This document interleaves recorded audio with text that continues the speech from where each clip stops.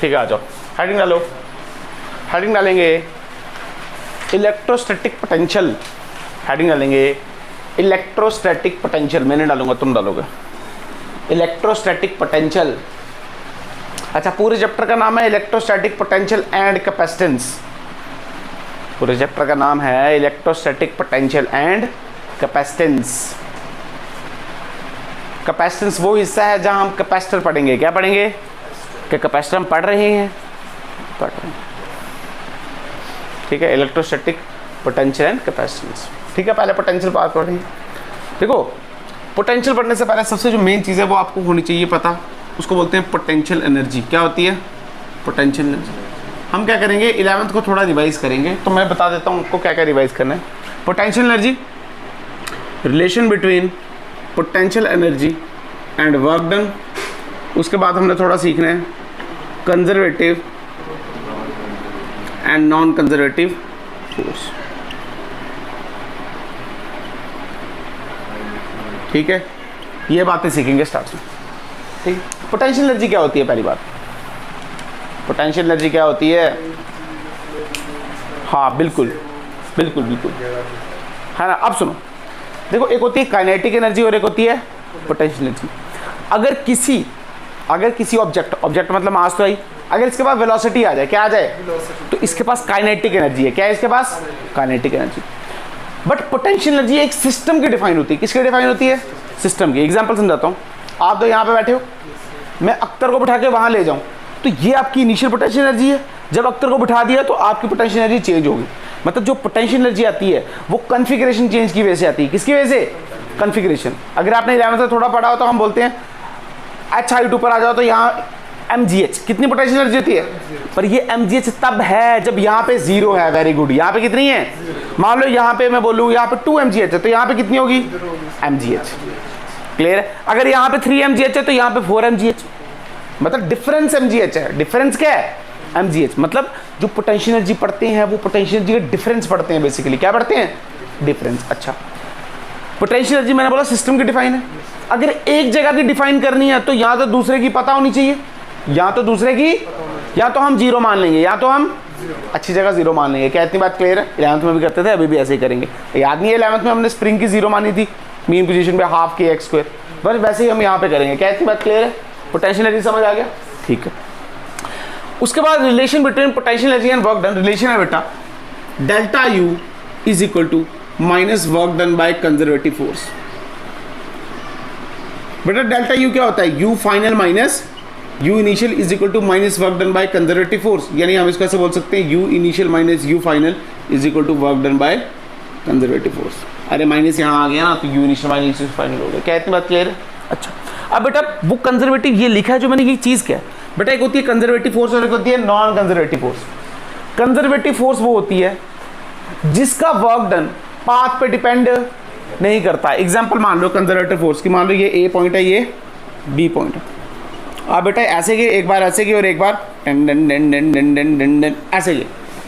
मान लो ए से बी जाने पे, अगर ये कंजर्वेटिव फोर्स है, समझाऊंगा, ए से बी जाने पे आपको 10 जूल लगा, तो बेटा इस रास्ते से भी 10 जूल लगेगा और इस रास्ते से भी 10 जूल लगेगा। इसको बोलते हैं कंजर्वेटिव फोर्स। क्या बोलते हैं इसको? Conservative force. पर मान लो इधर से जाने पे आपको 15 जूल लग गया, इधर से जाने पे आपको 100 जूल लग गया, इसका मतलब ये नॉन कंजर्वेटिव फोर्स है। कैसी फोर्स है? Non conservative force. Non conservative force की एग्जांपल है फ्रिक्शन फोर्स। कैसी फोर्स है? Air resistance, friction basically. और कंजर्वेटिव फोर्स की एग्जांपल है बेटा जो ग्रेविटेशनल फोर्स पढ़ी है, जो स्प्रिंग फोर्स पढ़ी है, और जो अभी पढ़ रहे हैं हम इलेक्ट्रोस्टैटिक फोर्स। क्या पढ़ रहे हैं? मैंने पहले बता दिया था आपको, ये कंजर्वेटिव फोर्स है। क्या इतनी बात क्लियर है? इसका मतलब ये जो कंजर्वेटिव है, इसके लिए आज के लिए हम क्या लिखेंगे? U initial minus U final is equal to work done by electrostatic force. क्या इतनी बात क्लियर होगी? क्योंकि कंजर्वेटिव फोर्स कौन सी ले रहे हैं हम? Electrostatic force. कौन सी फोर्स? इलेक्ट्रोस्टैटिक्स। क्या इतनी बात क्लियर है? पक्का, गारंटी। मैंने बोला था पढ़ के आओ, वैसे भी 11th का कंसेप्ट है, तुम्हें आता है, कोई नई बात नहीं है। क्या इतनी बात क्लियर है? अच्छा, थोड़ी और बातें करते हैं। बेटा वर्क डन का जो फॉर्मूला होता है वो होता है फोर्स इंटू डिस्प्लेसमेंट। क्या होता है बेटा? ये तब होता है जब फोर्स कांस्टेंट होती है। फोर्स कैसी होती? कांस्टेंट। पर मान लो फोर्स कांस्टेंट नहीं, तो जो वर्क डन का फॉर्मूला है वो बढ़ेगा integration of F dot D x. क्या इतनी बात क्लियर है? पक्का, गारंटी। लिमिट्स दी होगी हमको कहाँ से कहाँ तक जाना है, यानी x1 से लेके x2, डेफिनेट इंटीग्रेशन। क्या क्लियर है? क्लियर है? 11th का चल रहा है अभी, पक्का पक्का, बोलो बोलो। ठीक है, उतार दें 11th कंसेप्ट के नाम से, रिवीजन के नाम से।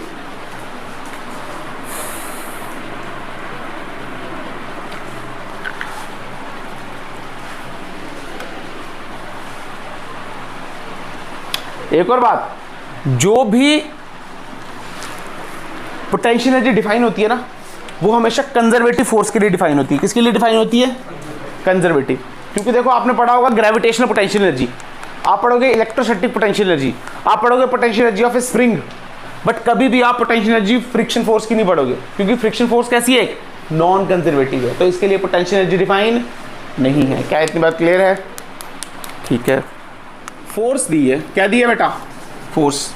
मान लो, समझा देता हूँ जरा 11th का, ये देख लो। अगर आपको फोर्स इस फॉर्म में दी है ना, एफ एक्स आई कैप प्लस एफ वाई जे कैप प्लस एफ जेड के कैप, तो ये कंजर्वेटिव होती है। क्या होती है बेटा? Conservative force. अरे एक बात सुनो, मेरी बात सुनो, 3 टाइप की फोर्सेस होती हैं।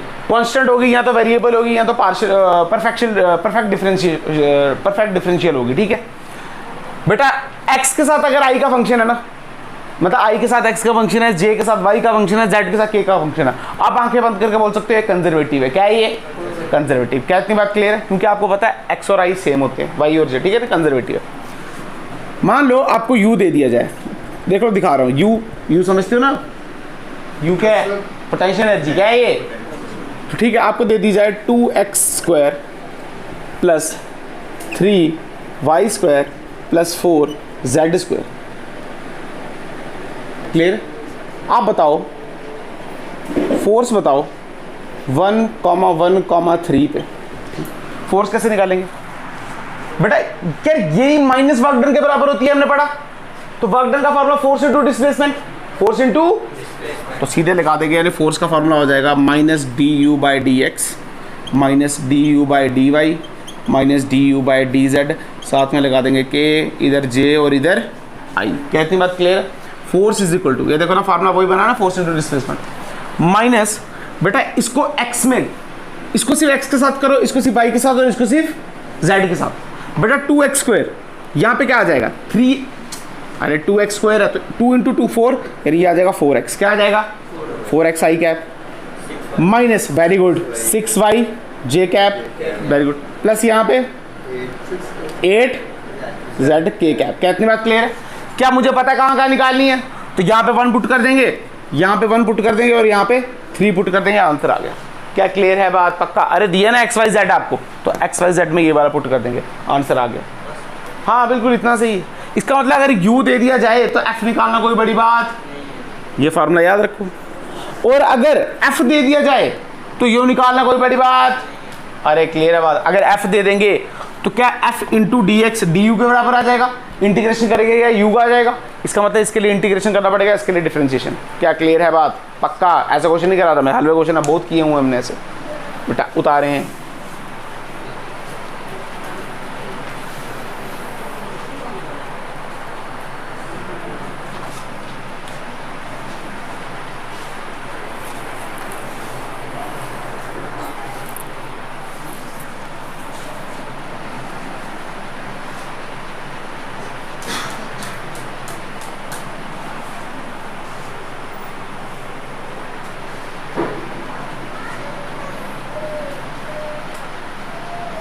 क्या क्लियर है? ठीक है, अब हेडिंग डालेंगे, जो आपके काम का टॉपिक है 12th का, हेडिंग डाल देंगे, हेडिंग डालेंगे electrostatic potential energy, electrostatic potential energy,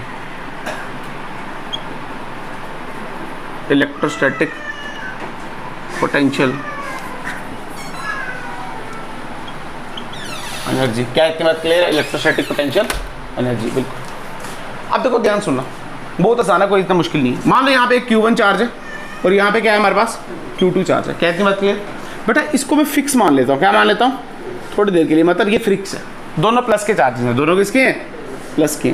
दूरी है इनके बीच में इस वक्त R1 दूरी है। कितनी दूरी है? R1। क्लियर? ठीक। मान लो ये ऐसे देखो कि जैसे ये दोनों बैठे हैं, क्या साथ साथ में बैठे हैं, मान लो इनकी दूरी R है, तो बेटा जो इनकी पोटेंशियल एनर्जी बनेगी ना अभी, उसको मैंने बोला इनिशियल पोटेंशियल एनर्जी। क्या बोला? UI। क्या इतनी बात क्लियर? पक्का? ठीक। बेटा होगा क्या, ये फ्री है और ये फिक्स है, है ना। अब स्टार्टिंग में मैंने दोनों को पकड़ के रखा, दोनों को फिक्स किए। अब बेटा इसको फ्री कर दूं, इसको क्या कर दूं, तो बेटा इसको फोर्स लगेगी, धक्का बचेगा, और मान लो ये कुछ यहाँ पे आ गया प्लस Q2। क्या इतनी बात क्लियर है? ऐसे ही होगा नहीं होगा, क्योंकि दोनों रिपल्शन हो रही है। अच्छा बेटा ये देखो, ये जो नई कॉन्फ़िगरेशन बनी R2 पे, कितने पे बनी है, R2 पे, इसकी पोटेंशियल एनर्जी मैंने बोला UF। क्या बोला बेटा, UF। क्या इतनी बात क्लियर है?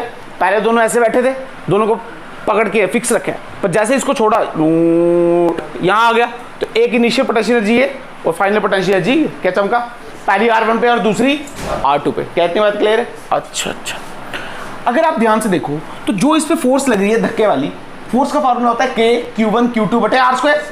इसका मतलब R पे डिपेंड कर रही है, जैसे जैसे R बढ़ेगा वैसे वैसे फोर्स कम होगी। इसका मतलब वेरिएबल फोर्स है। कैसी फोर्स है? वेरिएबल। तो डायरेक्ट कुछ नहीं कर सकते, यानी इंटीग्रेट करना पड़ेगा। क्या करना पड़ेगा? तो हम क्या करेंगे, यहां से लेके x दूरी पे आएंगे। कितनी दूरी पे आएंगे? x दूरी पे आएंगे, यहां पे फोर्स निकालेंगे। क्लियर है बात? फोर्स कैसे निकालेंगे सुनो। क्या हमको पता है वर्क डन का फॉर्मूला होता है integration of f dot dx, होता है ना यार। अब वर्क डन वही कंजर्वेटिव अभी अभी पढ़ा, क्या u initial minus u final के बराबर है, is equal to force. Force का फॉर्मूला है K Q1 Q2 अपॉन कितना दूरी है, x दूरी पे निकाल रहे हैं, तो x² डॉट dx इंटीग्रेशन। क्या इतनी बात क्लियर है? कहां से कहां तक? क्या R1 से लेके R2 तक? तो सीधे लिखेंगे R1 से लेके R2। क्या इतनी बात क्लियर है? पक्का। हम लिखेंगे यहाँ पे देख, u initial minus u final is equal to, बेटा K constant, Q1 constant, Q2 constant, 1 upon x² की इंटीग्रेशन -1/x की क्या होती है, -1/x। अरे देख लो, -1/x² डॉट dx। इसको हम ऐसे लिख सकते हैं x की पावर -2 डॉट dx। अरे लिख सकते हैं नहीं, तो ये x की पावर n बन गया, यानी फॉर्मूला होता है -2 + 1 डिवाइड बाय -2 + 1। तो -2 + 1, ये वैल्यू कितनी आ गई, -1, और ये कितनी आ गई, -1, तो आंसर आ गया -1/x। क्या इतना क्लियर है? तो यहाँ पे लिखा -1/x। कहाँ से कहाँ तक? R1 से लेके R2 तक। अब क्या करना है, upper limit minus, upper limit क्या, R2 माइनस में आ रहा है, माइनस फार्मूले का R1 माइनस में, तो क्या प्लस आ जाएगा। इसका मतलब R1 प्लस में R2 माइनस में, यानी u initial minus u final is equal to K Q1 Q2 बटे R1 मल्टीप्लाई कर दो -K Q1 Q2 बटे R2। क्या इतनी बात क्लियर है? बेटा ये आ गया डिफरेंस पोटेंशियल एनर्जी का। क्या आ गया बेटा? पोटेंशियल एनर्जी का डिफरेंस। बट हमको तो पोटेंशियल एनर्जी चाहिए। क्या चाहिए? तो या तो एक पता हो, या तो हम क्या मानते हैं, जीरो। क्या मानेंगे? जीरो। बताया था ना आपको, या तो पता हो या तो जीरो। हम क्या करेंगे, हमने बोला कि जब ये इतनी दूर हो गए, मतलब जब R इन्फानाइट हो गया, मतलब दो चार्जेस की सेपरेशन की दूरी बहुत बड़ी होगी, तो पोटेंशियल एनर्जी जीरो होगी। कितनी हो गई? जीरो। तो हम क्या करेंगे, हम मान लेंगे कि R2 इन्फानाइट हो गया। क्या हो गया बेटा? तो बेटा U फाइनल जीरो हो जाएगी। R2 अगर इन्फानाइट, तो फाइनल पोटेंशियल एनर्जी कितनी? जीरो। तो सीधे फार्मूला आया U initial is equal to K Q1 Q2 बटे R1। क्या इतनी बात क्लियर है? अच्छा, इसका मतलब क्या है? इसका मतलब है अगर दो चार्जेस पड़े हैं, एक Q1 R दूरी पे प्लस Q2, तो बेटा इनकी पोटेंशियल एनर्जी का फार्मूला होता है U is equal to K Q1 Q2 बटे R। क्या तुम्हें याद रहेगा? पक्का, गारंटी। अच्छा, ये एक स्केलर क्वांटिटी है। कैसी क्वांटिटी है? स्केलर क्वांटिटी है, यानी प्लस नेगेटिव जीरो भी हो सकती है। इसका मतलब Q1 Q2 को साइन के साथ रखना है। किसके साथ रखना है? साइन के साथ। क्या क्लियर है बात? पक्का, गारंटी। समझ आया नहीं आया? पर ये तब आई जब इन्फिनिटी पे क्या माना? जीरो। ये बात याद रखना, लिखने की जरूरत नहीं है बार बार, बट ये बात आपके जहन में होनी चाहिए। क्या क्लियर है? पक्का। कुछ पूछना तो नहीं है, सिंपल सी डेरिवेशन है। इसकी अच्छी वाली भी कराएंगे, पर ये समझे उतारे डेरिवेशन देखते हैं। वही है दूसरे मेथड से, ठीक है। अच्छा सुनना ध्यान से, मान लो इन्फिनिटी पे यहाँ पे एक Q1 चार्ज पड़ा है और एक Q2 चार्ज पड़ा है। क्या इतनी बात क्लियर है? हमने क्या किया, Q1 को लाया। किसको लाया? Q1 को लाया। तो क्या कोई वर्क डन करना पड़ेगा? पहली बात हम मानेंगे सिर्फ इलेक्ट्रोस्टैटिक फोर्स है हमारे पीछे, सिर्फ इलेक्ट्रोस्टैटिक फोर्स है। इसका मतलब ना ही यहाँ पे कोई प्लस चार्ज है, ना ही यहाँ पे कोई माइनस चार्ज है। इसका मतलब जो भी Q1 लाएंगे उसको कोई कार्य नहीं करना पड़ेगा। क्यों? कंडीशन क्या?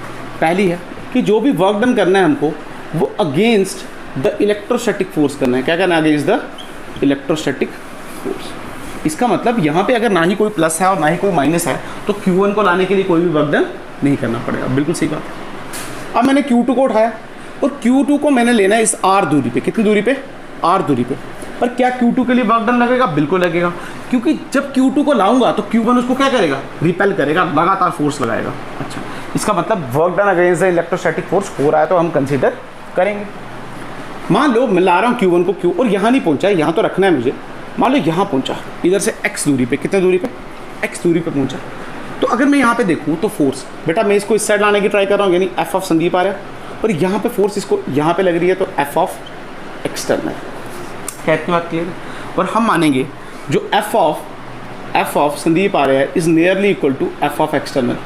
हाँ, थोड़ी सी बड़ी होगी बेटा, अगर दोनों फोर्सेस बराबर होगी तो बेटा ये हिलेगा ही नहीं।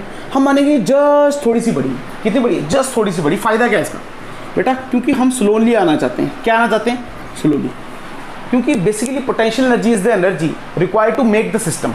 सिस्टम को बनाने के लिए जो एनर्जी यूज़ होती है वो होती है पोटेंशियल एनर्जी, उसको कहते हैं। जैसे मान लो हम बोलते हैं mgh, तो बेटा जितना भी वर्क डन किया वो पोटेंशियल एनर्जी में सेव हो गया।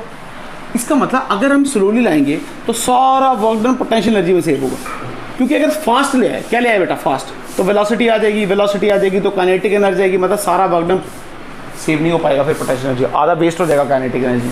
तो इसका मतलब बहुत धीरे धीरे लाना है, तभी जो फोर्स लगेंगे बिल्कुल ज़्यादा, मतलब टन टन टन टन सालों लग जाए इसको आते, कहते वैसे नहीं पहुँचे कहीं। क्या इतनी बात क्लियर, बहुत लेट।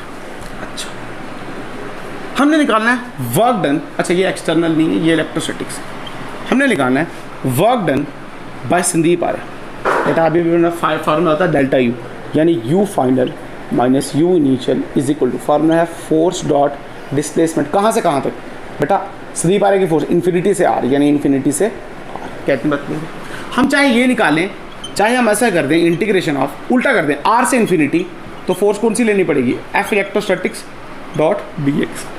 कहते बात क्लियर है? अगर यहाँ से यहाँ आना है तो इन्फिनिटी से आर, यहाँ से जाना है तो आर से इन्फिनिटी फोर्स इलेक्ट्रोस्टैटिक। अच्छा बेटा यू फाइनल यहाँ पे रखे चार्ज, इनिशियल तो इन्फिनिटी पे थे, इन्फिनिटी पे हम कितना मानते हैं, जीरो, मतलब इन्फिनिटी पे पोटेंशियल जीरो। तो हम बोलेंगे वर्क डन बाय संदीप आ रहा is equal to U is equal to force का फार्मूला के Q1 Q2 बटे इनकी दूरी कितनी है, X square integration dot D X, कहाँ से कहाँ, आर से लेके इन्फिनिटी। क्या क्लियर है? अच्छा, जो कांस्टेंट है वो बाहर निकाल दो, यानी के constant, Q1 constant, Q2 constant. बेटा इधर बचा integration of 1/x square dot D X, कहाँ से कहाँ तक, आर से लेके इन्फिनिटी। बेटा 1 माइनस एक्स स्क्वायर की इंटीग्रेशन -1/x, तो सीधे लिखिए के Q1 Q2 -1/x, कहाँ से कहाँ, आर से लेके इन्फिनिटी। अब आपको पता है upper limit minus low limit, तो अपर लिमिट में -1/∞ 0, माइनस माइनस प्लस 1/r, यानी वर्क डन बाय संदीप आ रहा is equal to potential energy is equal to K Q1 Q2 बटे आर। देखो आंसर इससे भी वही आया, स्केलर। क्या क्लियर है बात, पक्का? अच्छा बेटा वर्क डन संदीप आ रहा का पॉजिटिव आया, कैसा आया, पॉजिटिव, क्यों, क्योंकि बेटा हम जा रहे हैं इस साइड और फोर्स भी इस साइड लग रही है, तो फोर्स इंटू डिस्प्लेसमेंट के बीच में डॉट प्रोडक्ट होता है, यानी कॉस की वैल्यू कॉस 0। वर्क डन का फॉर्मूला क्या है, force displacement cos theta, cos theta के बीच में 0, कॉस 0 इज 1। बट यहाँ पे देखो अगर मैं एफ इलेक्ट्रोस्टैटिक्स का निकालूं तो ये जा रहे तो इसी साइड है, बट फोर्स यहाँ लग रही है, मतलब एंगल 180, तो cos 180 इज -1, यानी आप ऐसे ही बोल सकते हो delta U is equal to minus work done by conservative और plus work done by external. ये तो हमको पता ही था, हमको ये वाला भी पता चल गया। क्या क्लियर है बात, पक्का? देखो minus work done by conservative is equal to minus plus work done by external, ये देखो ये प्लस में आया ना, तो जो इलेक्ट्रोस्टैटिक का वो माइनस में आएगा, क्योंकि फोर्स और डिस्प्लेसमेंट में एंगल 180 है। क्या क्लियर है बात, पक्का? पर ये दो कंडीशन याद रखना कि जो भी वर्क डन हम कंसीडर करेंगे वो हमेशा अगेंस्ट द इलेक्ट्रोस्टैटिक फोर्स करेंगे, और दूसरा बहुत स्लो लाएंगे। हम चाहते हैं कि काइनेटिक एनर्जी में कोई भी वर्क डन सेव ना हो, सारा के सारा वर्क डन पोटेंशियल एनर्जी में चले जाए। क्या क्लियर है बात, पक्का? गारंटी देख लें इसको, बता दें, चलो ठीक है।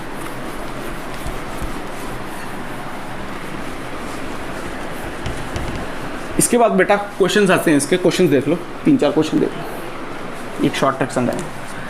क्वेश्चन नंबर फर्स्ट, ये तो बहुत आसान है। मान लो यहाँ पे क्यू चार्ज बैठा है और यहाँ पे ये भी क्यू चार्ज बैठा है, दूरी आर है, तो कितना पोटेंशियल है इसके बीच में एनर्जी, के Q1 Q2 यानी के Q स्क्वायर बटे आर। आसान हलवा। क्वेश्चन नंबर सेकंड, मान लो यहाँ पे कोई ट्रायंगल है, यहाँ पे कोई ट्रायंगल है, ये प्लस, यहाँ पे प्लस और यहाँ पे भी प्लस इसको बोला ए, इसको बोला बी, इसको बोला सी, एल एल एल। अब सुनो ध्यान से बेटा, हमने करना कैसे, प्रोसीजर क्या कि पहला चार्ज लाओ, फिर दूसरा लाओ, फिर तीसरा। यहाँ पे तो थे ही दो, तो दो का फॉर्मूला पता है। हम क्या करेंगे, पहला चार्ज लाएंगे। मान लो पहले बी लिया है, तो बी लाया पहले, क्या कोई कार्य करना पड़ा? कोई कार्य नहीं करना पड़ा, क्योंकि बेटा कुछ चार्ज पड़ा ही नहीं था। पर जब सी को लाया तो बी बैठा था, हाँ, फिर कार्य करना पड़ेगा, फिर काम करना पड़ेगा, और फिर पोटेंशियल एनर्जी जो आई वो आई के क्यू स्क्वायर बटे एल। क्या इतनी बात क्लियर है? दोनों क्यू क्यू हैं। अच्छा, पर जब बेटा ए लाया तो इसकी वजह से भी कार्य करना पड़ा, और इसकी मतलब अगेंस्ट द इन दोनों के अगेंस्ट कार्य करना पड़ा ना। इसका मतलब अब दो बार करना पड़ा, तो क्या लिखेंगे, के क्यू स्क्वायर बटे ये दूरी भी एल और ये दूरी भी, यानी 3 के क्यू स्क्वायर बटे एल। आंसर कितना आ गया यू टोटल का? 3 के क्यू स्क्वायर बटे। क्या क्लियर है? पक्का? यानी पहले को लाओ, कोई कार्य नहीं करना पड़ा। जब दूसरे को लाया तो इसकी वजह से करना पड़ा, और जब तीसरे को लाया तो इन दोनों की वजह से करना पड़ा। क्या क्लियर है बात? ठीक है, क्वेश्चन नंबर 3 देखते हैं। मान लो ये ऐसे सिस्टम है आपके पास, ये plus Q plus Q plus Q plus Q, ये ए, ये बी, ये सी, ये डी। अच्छा, प्लस का होगा तो प्लस का लेंगे, दोनों प्लस के होंगे तब भी वर्क डन प्लस में आएगा, दोनों माइनस के होंगे तब भी वर्क डन प्लस में आएगा। एक प्लस का एक माइनस का तो वर्क डन नेगेटिव में आएगा, क्योंकि ये स्केलर क्वांटिटी। अब यहाँ देखो यू टोटल निकालना है बेटा, पहले को लाएंगे, पहले किसको लाएंगे? पहले को। तो ध्यान से देखो, ये देखो पहले को लाए, ए को ले आए हम, तो कोई कार्य करना पड़ा? कुछ नहीं, पहले को लाने में कुछ नहीं। तो दूसरे को लाया तो पहले के हाँ करना पड़ा अगेंस्ट से, तो लिखेंगे के क्यू स्क्वायर बटे एल, एल दूरी थी। अच्छा, फिर बेटा सी को लाया, जब सी को लाया तो बी भी बैठा था और ए भी बैठा था। इसका मतलब एक कार्य इसकी वजह से करना पड़ा, एक इसकी वजह से। बेटा ये दूरी एल रूट 2 पाइथागोरस थ्योरम से, यानी के क्यू स्क्वायर बटे एल प्लस के क्यू स्क्वायर बटे एल रूट 2। क्या इतनी बात क्लियर? अच्छा ठीक है। फिर बेटा डी को लाया। अब सुना, जब डी को लाया तो ए भी था, बी भी था और सी भी था, तो अब 3 कार्य, तो इज इक्वल टू के क्यू स्क्वायर, ये दूरी एल, ए के लिए एल, बेटा सी के लिए भी एल, बट बी कितना दूर है? एल रूट 2, तो के क्यू स्क्वायर बटे एल रूट 2। अरे क्या समझ आया? पक्का? यानी पहले को लाया तो कोई कार्य नहीं करना पड़ा, बी को लाया तो इसकी वजह से करना पड़ा, सी को लाया तो बी और ए की वजह से, तो डी को लाया तो सी और, इसका मतलब एक एक बढ़ रहा है। अगर मैं 5वां चार्ज ले आऊँ तो फिर 4 और करने पड़ेंगे। क्लियर होगी बात? समझ आया या नहीं आया? क्लियर होगी? अच्छा, अब हुआ क्या, ऐसे तो जैसे जैसे चार्ज बढ़ते जाएंगे टर्म्स बढ़ रही हैं, और टर्म्स बढ़ रही हैं बेटा n-1 अपॉन 2 के इसके फैक्टर से। देखो कैसे, यहाँ पे चार्जेस कितने? 3, तो लिखेंगे 3/2 इंटू 2, 3 - 1 2, तो 2 से 2 कैंसिल, क्या 3 टर्म्स बनी? बिल्कुल। यहाँ पे देखो 4 चार्जेस, तो 4/2 इंटू 3, तो 2 से 2 कैंसिल, क्या 6, 1 2 3 6 बनी। क्या इतनी बात क्लियर है? मान लो मैं यहाँ पे एक क्वेश्चन बनाता हूँ, क्वेश्चन नंबर 4, ये क्यूब है, इसके वर्टेक्स कितने होते हैं बेटा? 8 वर्टेक्स। कितने होते हैं? तो 8 के 8 पे मैंने प्लस क्यू चार्ज रख दिया। अब बेटा अगर 8 बनाएंगे तो टर्म्स देख लेते हैं एक बार। 8/2 यानी 4, 8 - 1 7, 28 टर्म्स बनेंगी। कितनी बनेंगी? 28 टर्म्स। तो बेटा प्रॉब्लम हो जाएगी करते करते, है ना। 28 टर्म कहाँ बनाते रहेंगे? कर सकते हैं पर फिजिबल नहीं है, तो हम क्या करेंगे? शॉर्ट ट्रिक सीखेंगे। शॉर्ट ट्रिक क्या है? शॉर्टकट का formula U total is equal to n/2 into u1। बस ये बात याद रखना, n है नंबर ऑफ चार्ज कैरियर्स, मतलब चार्ज कैरियर्स का चार्ज। ट्रिक समझाते हैं बेटा। यहाँ पे देखो सिमेट्री के लिए वैलिड है वो, पर यहाँ देखो यहाँ सब चलेगी बेटा। n/2 कितने n है यहाँ पे? 3, तो लिखेंगे 3/2 इंटू u1 यहाँ। बेटा इसके लिए देखो, इसके लिए ये बैठा और ये बैठा, तो क्या लिखेंगे? 2 बैठे हैं ना, तो 2 इंटू के क्यू स्क्वायर बटे एल। बेटा 2 से 2 कैंसिल, आंसर आया 3 के क्यू स्क्वायर बटे एल। इधर भी यही आएगा। क्लियर? यहाँ पे लगाएंगे तो यहाँ पे कैसे लिखेंगे? यहाँ पे लिखेंगे 4/2, 4 चार्जेस है ना, इंटू u1। बेटा u1 से देखो ये l दूरी पे, ये l दूरी पे और ये l रूट 2, तो सीधे लिखेंगे 2k क्यू स्क्वायर बटे 2 l दूरी पे है प्लस k क्यू स्क्वायर बटे l रूट 2। अगर आप इसको और इसको सॉल्व करोगे आंसर सेम आएगा। क्लियर? इसका मतलब इसको हम शॉर्ट ट्रिक कैसे कर सकते हैं? तो देखो u टोटल फॉर्मूला n/2। क्या फॉर्मूला है? n/2 यानी 8 चार्जेस है तो 8/2 इंटू u1। अब सुनो, किसी को भी u1 ले लो, इसको मान लो, इसको ले लेते हैं, किसी को भी ले सकते हो। ध्यान से देखो, तो ये वाला चार्ज, ये वाला चार्ज और ये वाला चार्ज, ये तीनों L दूरी में। कितनी दूरी पे? L, यानी 3 चार्जेस हैं L दूरी पे, तो 3k क्यू स्क्वायर बटे L। अच्छा, और अगर आप ध्यान से देखो ये चार्ज और ये चार्ज, बेटा ये डायगोनल है तो L√2 पे है, यानी 3 चार्जेस हैं KQ² बटे L√2 प्लस एक चार्ज रह गया बेटा, एक रह गया ये वाला, इसको बोलते हैं बॉडी डायगोनल, और बॉडी डायगोनल होता है L√3, यानी एक आएगा KQ² बटे L√3 पे। This is the answer. क्या क्लियर है बात, समझ आया? ये देखो ये L दूरी है, ये वाला और ये वाला, ये है L√2 और ये वाला, ये है जो बॉडी डायगोनल, यानी इस कोने से लेके अपने घर का देख लेना, उस कोने से लेके वो वाला कोना, तो ये है बॉडी डायगोनल L√3। क्या क्लियर है? पक्का, गारंटी, समझ आया? शॉर्टकट भी इसका आ गया, ठीक है। अच्छा एक और क्वेश्चन कर लेते हैं जो कि कंजर्वेशन को दिखाएगा, देख लेते हैं वो वाला क्वेश्चन भी। बेटा कंजर्वेशन सबको पता है, कंजर्वेशन ऑफ एनर्जी यानी U initial plus K initial is equal to U final plus K। Work energy theorem में पढ़ी थी हमने 11th में, potential energy initial plus kinetic energy initial is equal to potential energy final plus kinetic energy final. कैसे लगाएंगे देखते हैं। मान लो यहाँ पे एक ट्राइंगल है, यहाँ पे प्लस क्यू पड़ा है, यहाँ पे प्लस क्यू पड़ा है और यहाँ पे भी प्लस क्यू पड़ा है, साइड है L L L। बेटा ये तीनों इनिशियली फिक्स हैं, ये कैसे हैं? इनिशियली फिक्स हैं। अच्छा बेटा फिक्स का मतलब है इनकी वेलोसिटी कितनी है इनिशियली? 0। कितनी है बेटा? 0। अच्छा यहाँ पे कहाँ लिख दिया? यहाँ पे लिखता हूँ इनिशियली फिक्स, तो वेलोसिटी कितनी है? 0 इनिशियल वाली। अब बेटा जब इनको छोड़ेंगे, जब इनको रिलीज किया, तो बेटा ये इसको धक्का यहाँ लगाएगा और ये धक्का यहाँ, तो मतलब चार्ज यहाँ जाएगा। वैसे ही सिमिलरली ये वाला धक्का यहाँ लगाएगा, ये वाला धक्का यहाँ, तो चार्ज यहाँ जाएगा पैरेललोग्राम लॉ से। ये वाला यहाँ, तो चार्ज यहाँ जाएगा। क्या इतनी बात क्लियर है? यानी ये हटाने का हटा दिया। उसने बोला जब चार्ज L से 2L हो गया, कितना हो गया बेटा? 2L दूरी पे हो गए एक दूसरे से, तो ये यहाँ पहुँच जाएगा प्लस क्यू, ये वाला प्लस क्यू यहाँ पहुँच गया और ये वाला प्लस क्यू यहाँ पहुँच गया। बेटा कुछ वेलोसिटी होगी, क्या होगी? कुछ वेलोसिटी। क्वेश्चन है फाइंड वेलोसिटी, वेलोसिटी निकालो। कहने का मतलब एक ट्राइंगल पे 3 चार्ज पड़े थे, फिक्स थे। कैसे थे? फिक्स। अगर फिक्स थे तो हिल रहे नहीं, हमने छोड़ दिया तो ये वाला यहाँ चले गया, ये वाला यहाँ, ये वाला यहाँ। पहले दूर थी L L, अब ट्वाइस L होगी, तो कितनी वेलोसिटी होगी ये बतानी है हमें। वो बातें हम कंजर्वेशन लगा देंगे। बेटा U इनिशियल, बेटा ये ट्राइंगल पे पड़ा है, किस पे पड़ा है? ट्राइंगल, तो हम फार्मूला लगा देंगे n/2 इंटू U1, n/2 यानी 3/2 इंटू U1, 3/2 इंटू U1 यानी U1 इसको मान लो तो KQ² यानी 2KQ² बटे L। तो वैसे भी हमको पता है यार, बार बार क्या निकाल रहे हैं, 3KQ² बटे L होती है, KQ² प्लस काइनेटिक एनर्जी। मैं बोल रहा हूँ वेलोसिटी 0 है तो काइनेटिक एनर्जी हाफ mv² भी 0। फाइनल बेटा चार्जेस तो 3 ही रहे पर दूरी 2L हो गई, यानी 3KQ² बटे 2L प्लस इसके पास काइनेटिक एनर्जी है हाफ mv²। क्या इतनी बात क्लियर है? पर क्या 3 चार्जेस हैं तो मल्टीप्लाई कर देंगे 3 के साथ, हमको वेलोसिटी निकालनी है। तो बेटा 3 से 3 कैंसिल, ये KQ² बाय L, ये KQ² बाय 2L यानी इसका हाफ, यहाँ जाएगा तो 1 में से हाफ यानी KQ² बटे 2L is equal to half mv²। तो बेटा 2 से 2 कैंसिल, तो जो वेलोसिटी की वैल्यू आ गई वो आ गई KQ² बटे ml का अंडर रूट। क्या क्लियर होगी बात?